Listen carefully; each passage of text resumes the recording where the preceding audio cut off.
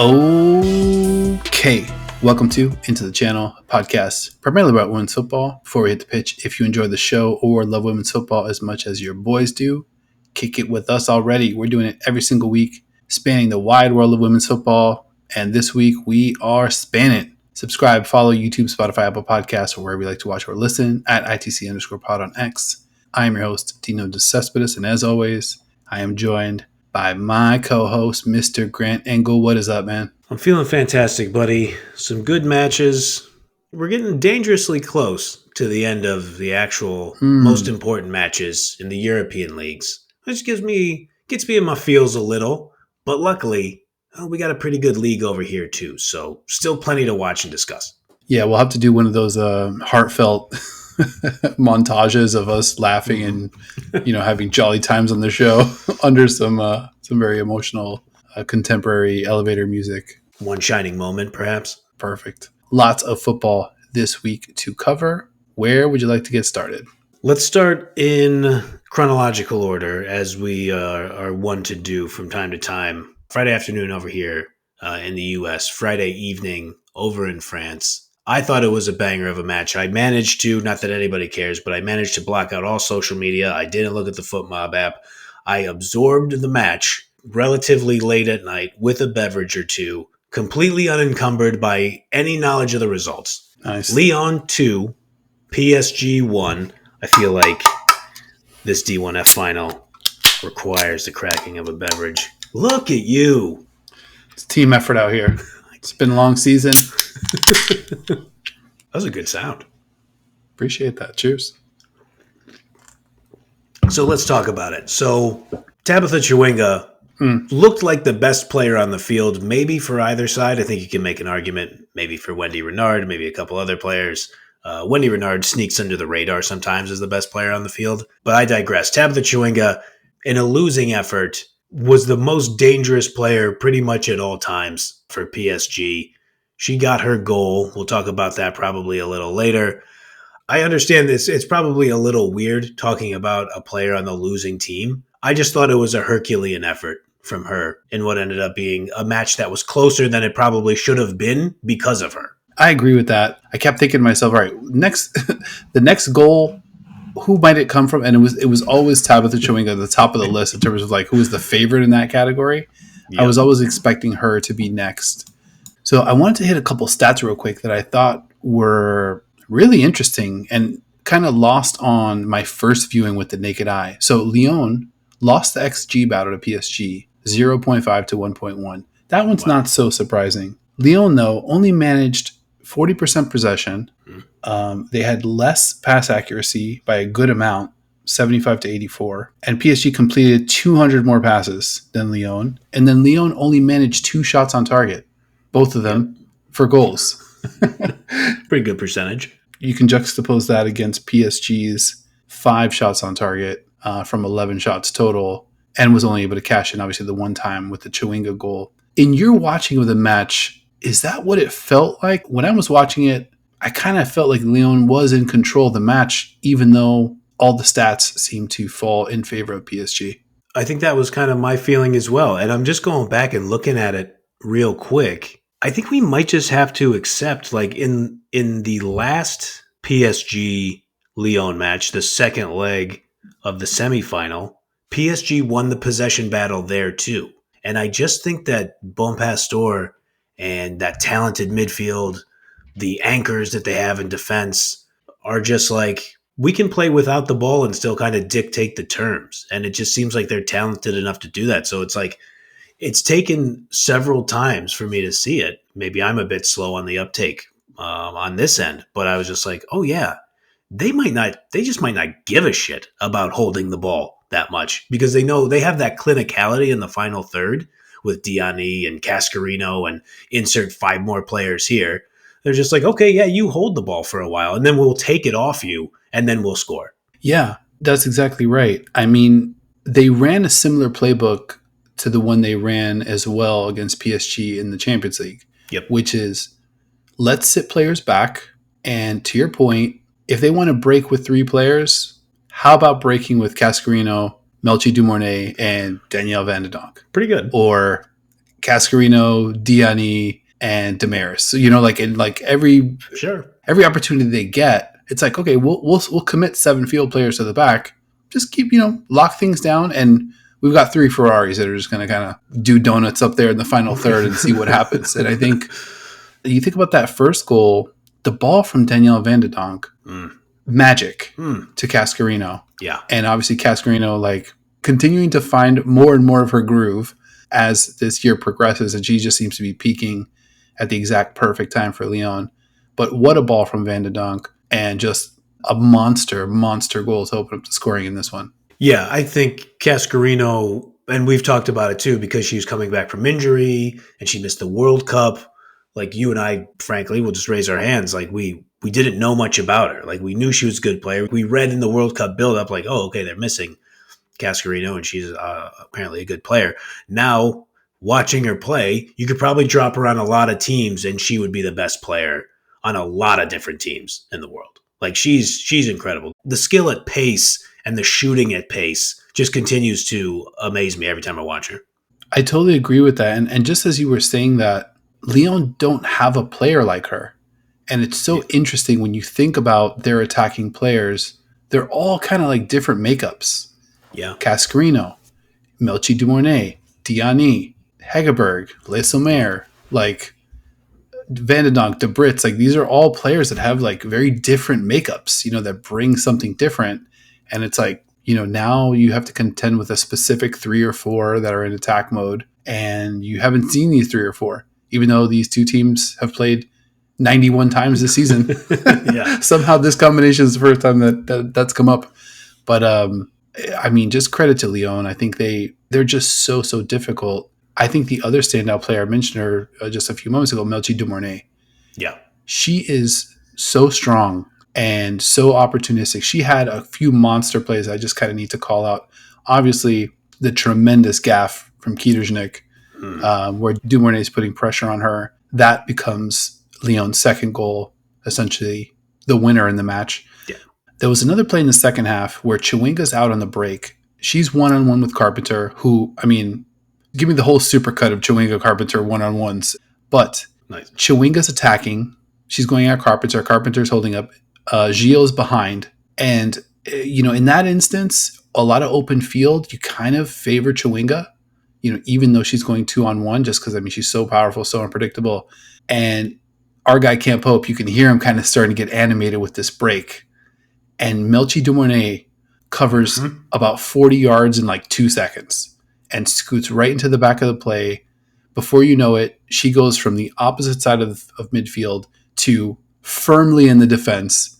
And by that point, she's the first one there. And then a fraction of a second later, there's 2 other Lyon defenders there.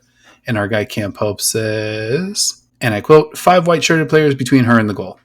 End quote. That's the end of the chance for PSG. So their commitment to defense continues to be really impressive. Obviously, we have the Champions League final looming. That's something that I've kind of thought a lot about since Friday. I like that. And that specific play, I think it says a lot about Dumornay's mentality, a lot about her willingness to go back and do that kind of work. You mentioned her strength earlier. I have in my notes, like in the first 10 minutes of this match where PSG was a little bit on the front foot for like a little bit during that beginning portion, Dumornay was like playing a little out of control. Like she had one dive and then she had a foul shortly after that. And I was like, oh, okay, let's see how this goes. And she just played herself into a good rhythm. And I feel like she's kind of that type of player. Like you see Diani do this. You see like Trinity Rodman do this for the Washington Spirit and obviously the U.S. Women's National Team, where it's just like, I'm going to get myself right by tracking back on defense, by winning the ball, by helping out my teammates, and then pushing back forward. It's like a tried and true way to get yourself going in almost any kind of two-way sport. It's like, okay, let me lock in on defense for a minute, kind of control that stuff that's more related to my effort, and then the skill stuff will kind of come with it. Yeah, 100%. And I think playing back that game, I can't even count how many times there was an attacking player just floating around, like the deepest defensive third. Yep. Whether it was Dumornay or Haran. Diani was super deep for most of the match. She was just like, let me just get my hands on the ball, or get my feet on the ball early, and then be able to initiate some offense. I think that really is the story of this Lyon evolution of the last 5-6 weeks. Just defensively, their ability to squeeze the game. There was probably a 25-30 minute stretch in the second half where it felt like every single one of PSG's actions started with either a lateral pass or like a back pass. Like they would get it and like, okay, let's just kind of reset and like, give ourselves a little bit of breathing room, a little bit of space. Dude, totally agree. That's a great call out. In my notes too, I had just written between the 30 and 45 minute mark that PSG, it just felt like they were squandering any of the few chances that they were even able to create when they're moving forward. It's just because they were under duress pretty much at all times. The press was kind of whipping their ass for long stretches. Let me get to one announcer related thing. Obviously, you mentioned our guy, Cam Pope, on the call. Absolute masterful performance by him. This is in my notes. I think this was like near the 20th minute. As Cam calls a match, he does such a great job of like weaving in context and past matches and the history of these players. And he was talking about all the players who have made the move from PSG to Lyon. And he's just kind of like weaving in these stories, making sure that like the viewer is very informed. Near the 20-minute, I'm going to count this as an into the channel reference. He brings up the draw between Brann and Lyon at Brann during the Champions League in the group stage, brings it up, and he just had to throw in there, and that equalizer by Senia Gaupset in that match. So we're watching the D1F final, and here we are not only getting the Brann mentioned a few times, but also a Gaupset mention. And let's go. In my notes in all caps, I just say our guy is affiliated. So like, come on, Cam. I know Cam is weaving these stories in because he's a great broadcaster and he's telling people the context of these clubs. I'm counting that as an into the channel shout out. Hell yeah. ITC record book. It's his first shout out on the air. But yeah, shout out to our guy Cam Pope. Definitely the top of the Chewinga of European women's football coverage. So shout out to our guy. One attacking player that I didn't mention, Amel Majri. She obviously comes in as a sub. So she, from an offside position, puts the ball in the net, right? A minute after coming on, as she do. Yep. It reminded me of you because she puts the ball in the net and then doesn't celebrate. And then in my head, I can hear you being like, you're a professional athlete. Don't you know that you're offside? How do you not know that you're offside? It's like, oh, finally we get the athlete that she knew. Total professional. She knew. She puts it in. She's got teammates running up to her, ready to start the party. And she's like, let's see. I know what time it was. That was just a target practice out here. But we're going to get this trophy anyway. So shout out to her and a funny ITC moment as well. Yeah, I mean, it just speaks to her genius, her like presence of mind out there. You see it in the way she plays. She clearly has the spatial awareness of basically a submarine radar system. Like she knows where everybody is on the pitch while she's on the ball concentrating. Just an incredible player. And she's coming off the bench for this side. Unfair. Yeah, come on. This Lyon side, including the playoffs, they end the season with one loss, which came in a meaningless final week match against Bordeaux, and one draw, the home one to PSG that we talked about a couple different times, and 22 wins. It's 22-1-1. They lift the D1F trophy. Congratulations to them. Wanted to do a little quick, get a little temperature check to see if you had any thoughts on the Champions League final. The one thing that I kind of kept noodling with is obviously Lyon defensively, what we've been talking about. They wanted PSG to have to work the ball down the field by stringing together a lot of short, accurate passes. Mm-hmm. Anything over 8 or 10 yards, we're in every passing lane. So forget about that. You're going to have to work this ball down the field, one short pass at a time, one little touch at a time, and we don't think you can do it. Now, they were super impressive defensively, but Barcelona, I think they can do it. So the question is, do we see a different type of game plan defensively? Do they take more of an offensive tact? Obviously, like this PSG side gave Lyon troubles earlier in the season, and I think the more times they met up, the more Lyon was able to kind of like win the war while losing some of the battles on the pitch. You're gonna ask? I mean, let's get another Brann reference in here. Is Bone Pastor watching those Brann matches and going, we got a pretty good back four. If we can soak up enough of the Barcelona possession without letting them, you can't let Barcelona pass too close to the 18. You can't let them start knocking it around down there, or you're already dead. Yep. This is, watching DAZN and seeing those advertisements for the unification of the world heavyweight, all the world heavyweight championship belts. They might as well have just started saying the same thing about Lyon versus Barcelona. They might as well just use a lot of the same voiceovers about unifying the greatest title in the world. Carpenter, Basha, Gilles, Renard. Biggest match of the season. I mean, yeah, you lifted the league trophy. The league trophy is what you play for. Mm-hmm.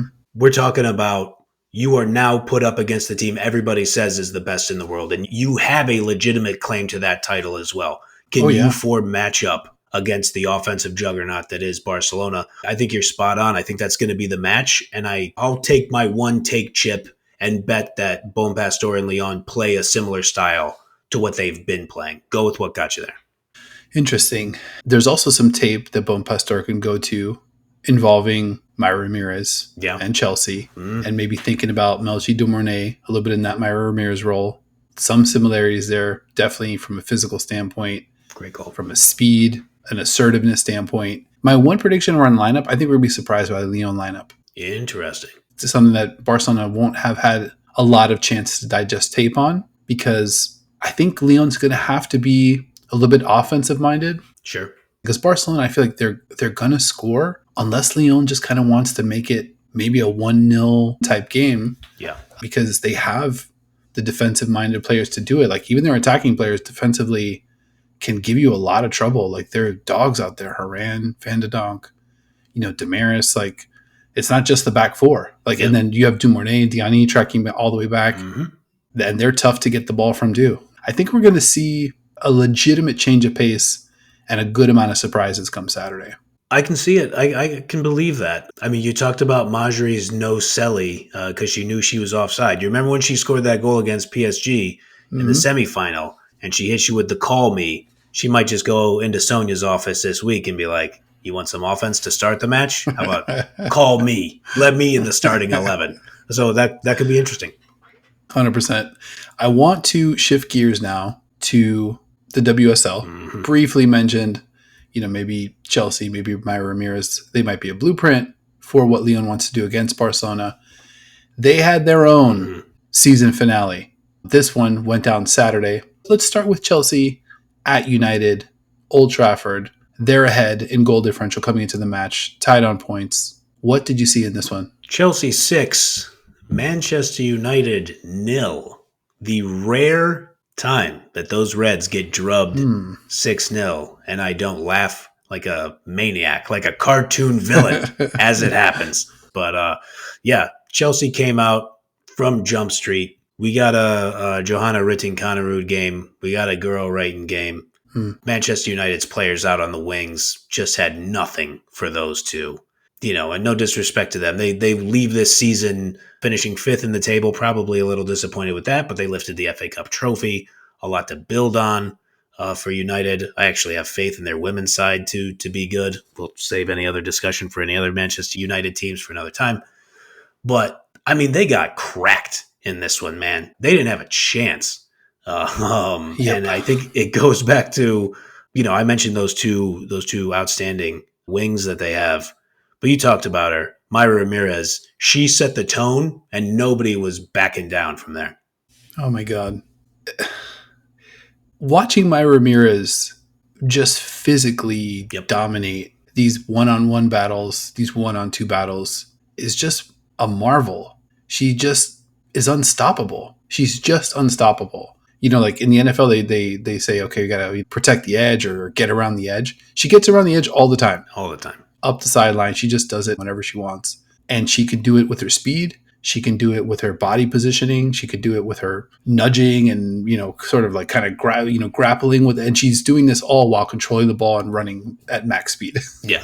It's just unstoppable. The one thing I kind of walked away with after watching what she did to the first half of this match is just thinking, what a freaking gargantuan what if it was having her miss the second leg of the Barcelona final, just because Barcelona couldn't do anything with her either. Yeah. I'm not saying that she's been unbeatable. And we had some people kind of chime in saying, oh, okay, well, Barcelona handled her when she was in League F. No problem. And I'm like, well, maybe. You also mentioned it Ritson Cannerud, Girl Wrighton, Kat Macario started up front in this one alongside her as well. That changes the game a little bit. I would like say when so. she's got different outlets, different places she can go with the ball.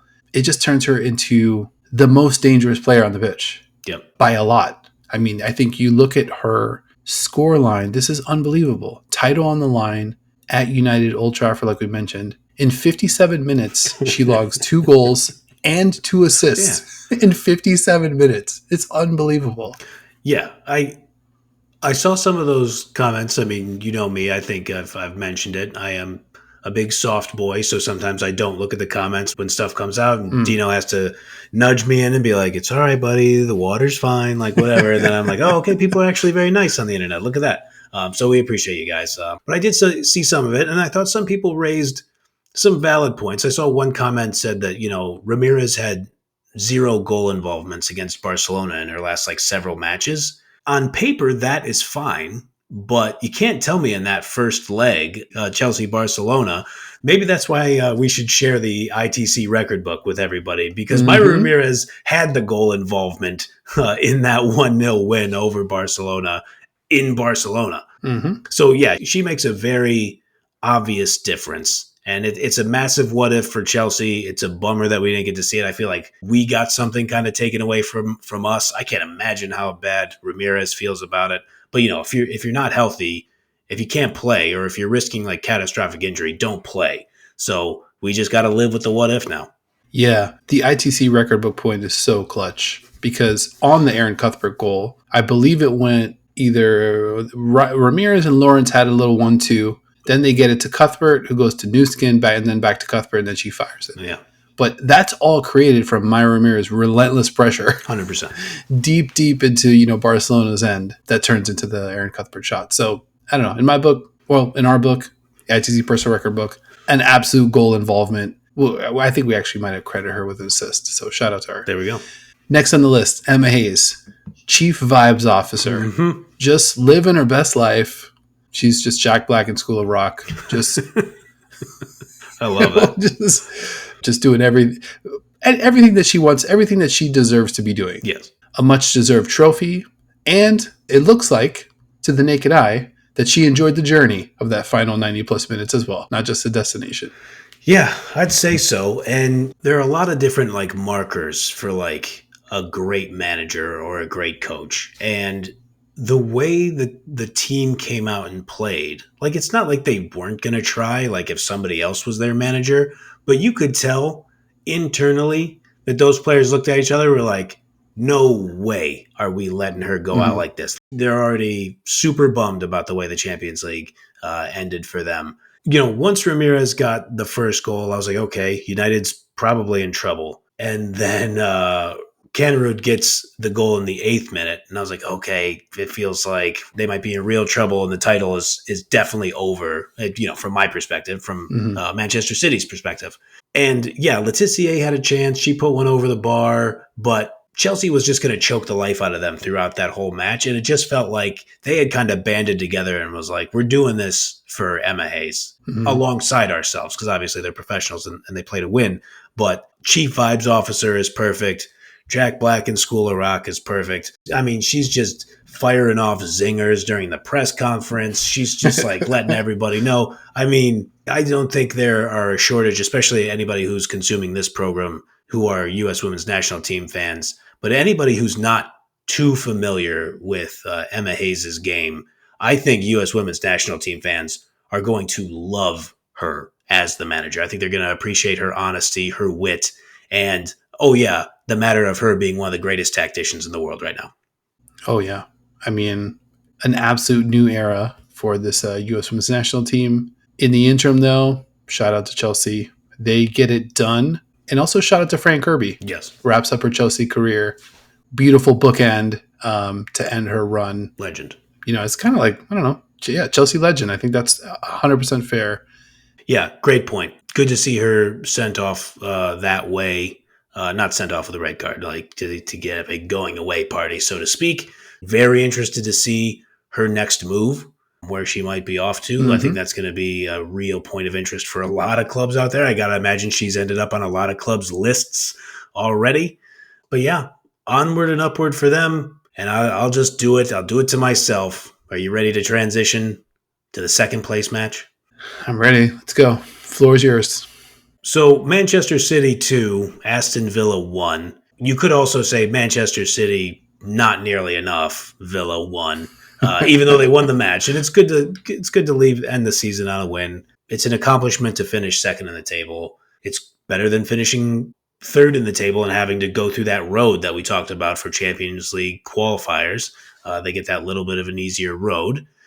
Funny you mentioned that. Yeah. Obviously, my Arsenal finished third in the table. Right. So congrats again to City for finishing just one spot ahead of Arsenal. And I think that's the only scenario where we would talk about City and Arsenal finishing just within one of each other. But yeah, congrats to the women of Manchester City. Second place, nothing to sneeze at. That's fair. Yeah. I mean, nobody should be disappointed with a second place finish. It's totally fine, man. Nothing wrong with that.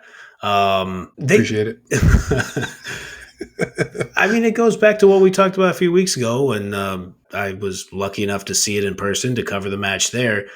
City lost the title when Stina Blackstenius scored 2 goals in the dying embers of that match at Joy Stadium. They lost a home game to Arsenal, and it cost them the title. And even with second place being a great finish and a successful year, that's got to really, really hurt.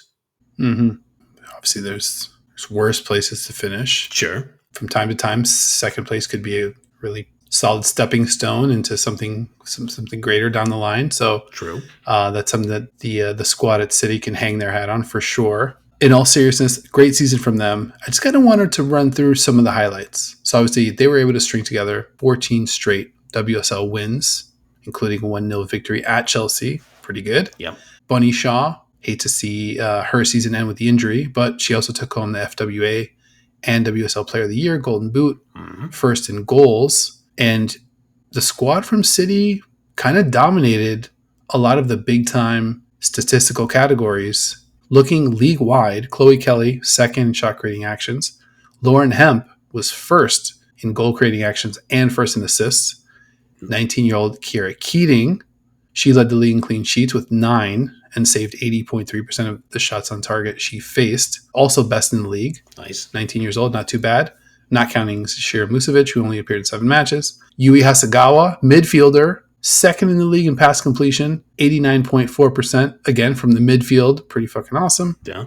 Bunny and Lauren Hemp, 1 and 2 in goal involvements. Not too bad. As mentioned, this season, probably a good success for Manchester City. Obviously, they'll be in the Champions League next season. A lot to build on.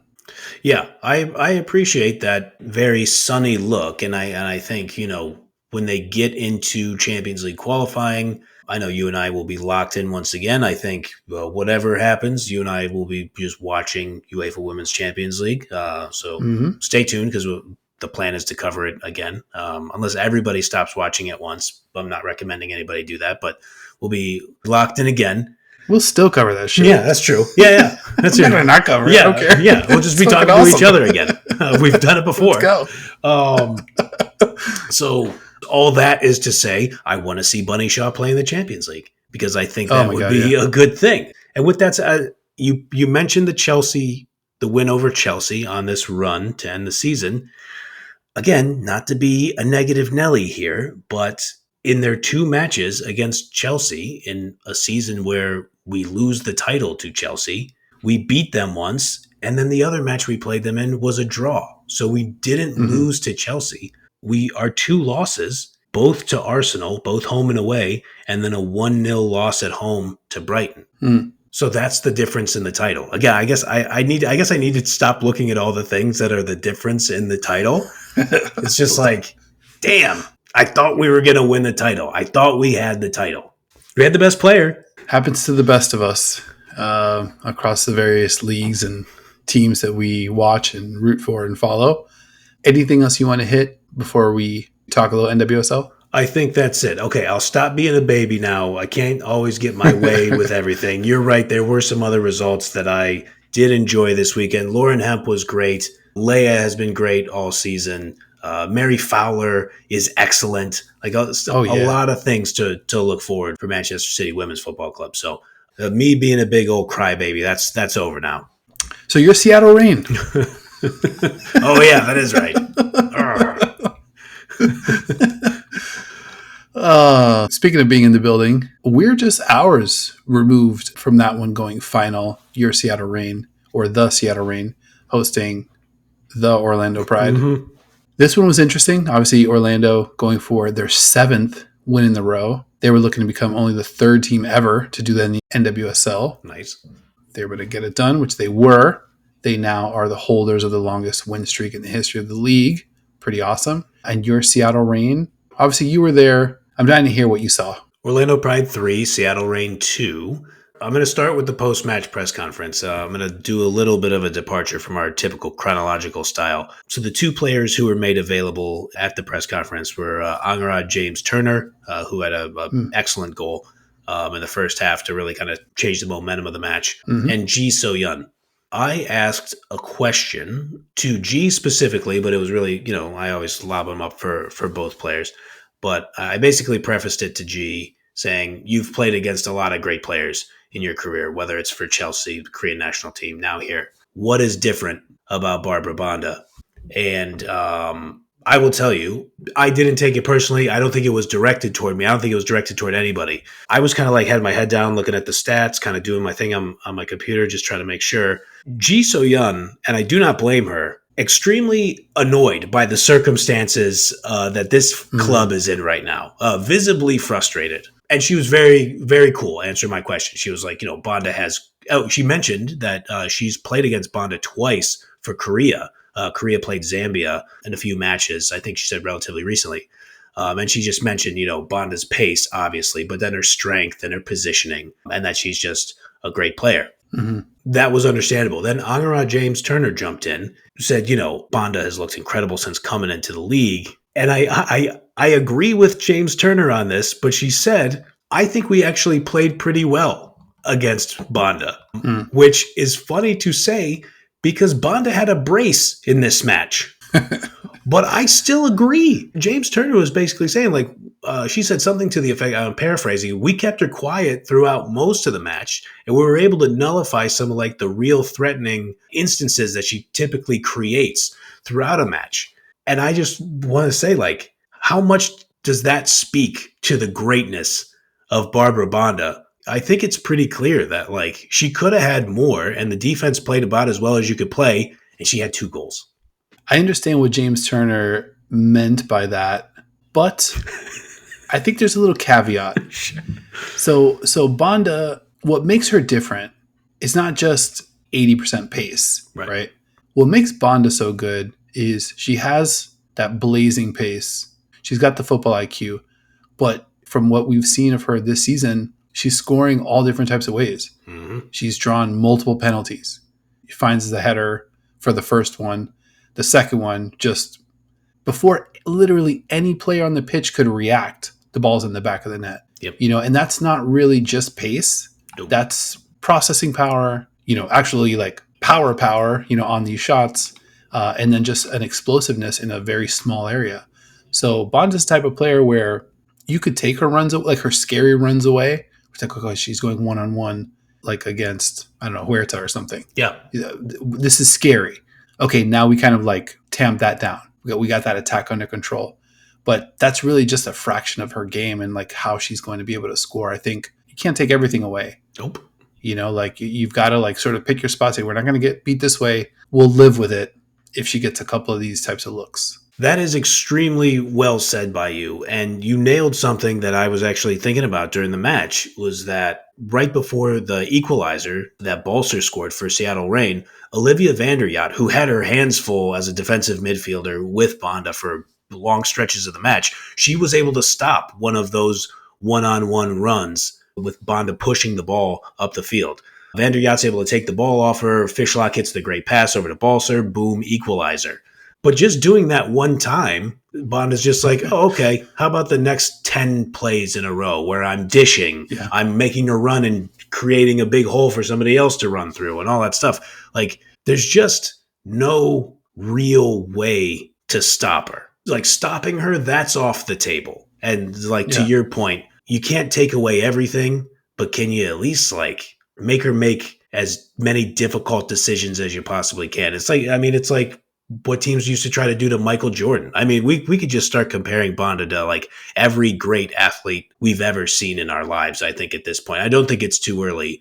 I know we've talked about it. She's the best player in the league. Like, just eye test. She's very clearly the best player in the league. The color commentator described Banda as inevitable. Yeah. You know, and I think it's just the best way to describe it. Like, she's going to break through one way or the other, whether she draws a penalty, finds an assist, just kind of gets on the end of one that squirts through, which is how she got the second one. Can I say on her second one, speaking of Vanderyacht versus Banda, on that corner kick, I thought Vanderyacht was in fine position. She didn't leave Banda open. She had her pretty much closed down. It's just the touch and the curl that Banda's able to put on it in that split second, like you're talking about, that fast twitch. Good offense beats good defense. Nothing you can really do about it. Yeah, totally. Well, I wanted to get your take. Now, obviously, Banda's going to soak up a lot of the oxygen. Sure. Talking about this Orlando Pride squad. One thing I took away watching them up close last week against BFC, defensively, I thought they were really good with regard to kind of like swarming. I thought their press was pretty effective. They're not going to let you do that skip pass up the field. A lot like we were talking about with Lyon, they're going to make you work it all the way upfield. And if you try to cheat, they're in those deeper passing lanes. So did you notice anything either defensively from Orlando or offensively not having to do with Barbra Banda? Sure. Yeah, they do have other players. That's a good point. I mean, obviously, Adriana notched an assist, and I'm not going deep into the well here. I just can't believe that at 38 years old, Marta has stretches where she looks like the best player on the field, on a field that has Barbra Banda on it. Yep. She had a move going down the left flank in the second half where she just does a step over spin dribble. I'm in the press box on the opposite side of where the bulk of the field is. She does the step over spin, and I just heard the ooh from like a bunch of people in the crowd. And I was like, good Lord, 38 years old. Yeah. And she is just a magnet for defenders, because if she's not, then again, like, you're already drawing dead if you give her too much space. So in the non-Banda division, there were just moments where you had just triangles, because Marta's floating all around the pitch too. And you just have triangles of Adriana, Emily Sams, and Marta, and they're just playing triangles up the right-hand side of the pitch. And then she'll go over to the middle, and then you have McCutcheon there, and she's kind of playing a give and go with Marta. And they brought on Julie Doyle to start the second half.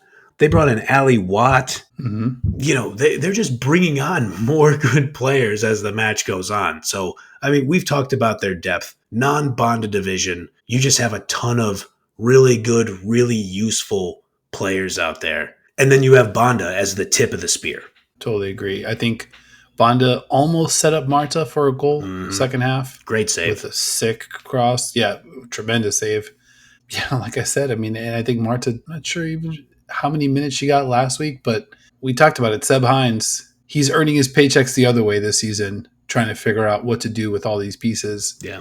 Shout out to him. He's making it work. A lot of times situations like this can result in a little bit of a tumult with people trying to think about their playing time and their role and kind of being able to get into a rhythm.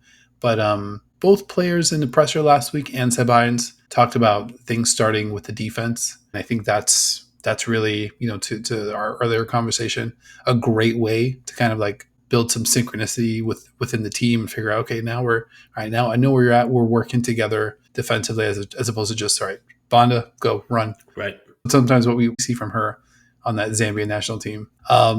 Let's switch gears, though. Seattle. Are we bummed out? What are the vibes like? They clearly play better at home because, I won't name any names, but some people who live in Seattle and watch a lot of their games thought they might get smacked in this one. And when they were down 2-0, those same people may have thought like, okay, this one might get really out of hand. I put in my notes, as soon as James Turner was able to have that rip on goal and she converted it in a great shot, I put Seattle needed that in the absolute worst way. Yeah. And James Turner actually mentioned in the presser, she thought this happens to every team, But James Turner mentioned she thought the momentum switched a little bit at the end of that first half when Orlando's potential third goal got called back on that offside. Mm-hmm. She said she felt like a little bit of air get taken out of Orlando. And Seattle, they definitely closed out like the last like 7-ish minutes of the half much better than they played in the previous like 38. Did you feel any of that from the broadcast? I would say, yeah. I mean, within the flow of the game, yes. But knowing this Orlando Pride team and kind of what they've looked like this season, maybe a little bit less so. You know, like they dominated Bay FC. Sure. But outside of that, Orlando has found a lot of success this season, kind of like dominating spots. Yeah. You know, obviously like they get the 2 goals kind of like quick in succession today. And it's a lot of special play, to be honest. Yeah. Kind of like low XG type opportunities that they're just finding a way to kind of like cash in on. And this happened too against Bay FC. Banda, a lot of good chances created. We talked about these stats last week, 25 shots, 10 on target, just the 1 goal that was a penalty. But I think that the momentum did start to shift. But once James Turner scores, like now it's signed, sealed, delivered. The momentum has now shifted. Yeah. We really do have a game. And I think for Seattle specifically at home, the struggles that they've faced offensively for sure, just seeing that kind of goal, again, being down 2-0, now you're heading into halftime, brand new game. Mm-hmm. I think that definitely, if it wasn't turning before then, it absolutely 180 degrees the moment the ball hits the net. Yeah, I totally agree. But, you know, it goes back to that mentality, Seb Hines as the manager, a leader like Marta in the squad, just relentlessness from Orlando. Even after the equalizer, great long ball from Fishlock. Balser's able to finish after the keeper gets a touch on it. By the way, your Morehouse, I know she let in two. One was that great strike by James Turner, and then the other one she got a touch on and gets a little unlucky. She still put in a pretty nice performance for a match that finished 3-2. So the depth is all over the field for you guys. Yeah, she's been really good, and I thought she was good in this game as well. Yep. Pretty big one going into next week. Oh, yeah. Orlando Pride taking on the Portland Thorns. And that one might lead next week's show. Actually, we've got some Champions League, so we'll see. That one might lead the NWSL portion of next week's show. I'll leave it at that. Yeah, absolutely. Looking forward to that one. That's going to be the primetime 7 p.m. Eastern, 4 p.m. Pacific Friday match. Let's go. According to @OptaJack on Twitter, a football statistics Twitter account that I very much enjoy, next Friday's match between Orlando Pride, won 7 in a row, and Thorns FC, won 6 in a row, will be the first meeting in the NWSL's history between 2 teams on a 4+ match winning streak. Wow. So that's a big one. And I think, again, we're talking about Lyon, Barcelona. We're in for another heavyweight fight on this side of the pond. I love it. We're in full-on DAZN boxing promo preview. Seeing all those like videos that they slot into this women's football coverage. Absolutely. Pretty funny. This one, absolute banger. Cannot wait for that. This whole football weekend coming up is going to be out of this world. I cannot wait. We will be back later this week with a proper Champions League preview. Barcelona, Lyon. Going to be chopping that one up from as many angles as we can. And then on Saturday, we will be back live after the final. So be sure you're subscribed. Be sure you're following us. Get at us on YouTube, Spotify, Twitter, X, all the platforms, just so you make sure that you don't miss what we've got coming on Saturday. So yeah, we're going to watch the game together. We're going to hang out, live stream after the fact. It's been a wild Champions League season. I'm sure the final is going to be awesome. So very, very much looking forward to that. Anything else you want to hit before we get out of here? I think that's it, man. I'm just extremely psyched to watch that match and then catch up with you after. Obviously, there will be a celebratory beer cracking when we do that episode. We always do things responsibly over here on the ITC. Mm-hmm. There will be a celebratory beer cracking at kickoff of that match as well. So what is the thing that Raj Bennett always likes to say? He's on his third beer of the day. Yeah. That will likely be my second beer of the day when we get things popping on the Pokes game show. Totally fair. And if you are going to crack one at some point during the game, save one for the post game so you can crack it with us live on YouTube. We very much look forward to that. Mm-hmm. All right, man. I think we did it. It's been another episode of Into the Channel. Thank you for watching, listening, subscribing, liking, hanging out with your boys, calling us out, giving us all the context that we need to make us sound just a little bit smarter. We definitely appreciate it. Remember, like if you liked, and subscribe or follow Into the Channel, YouTube, Spotify, Apple Podcasts, or wherever you like to watch or listen at ITC_pod on X. And a big thank you to my co-host as well, Mr. Grant Engel. No matter what's starting back up, no matter what's winding down, I know my guy's always going to be up for it. So I appreciate you. And I love chopping up all these matches with you. Likewise, my good man. No matter what table me and you are on, no matter what table Into the Channel is on, we're top of the table, and it's because of all the people who are nice enough to rock with us, leave those comments. So thank you all, and we will see you all for the Champions League final preview.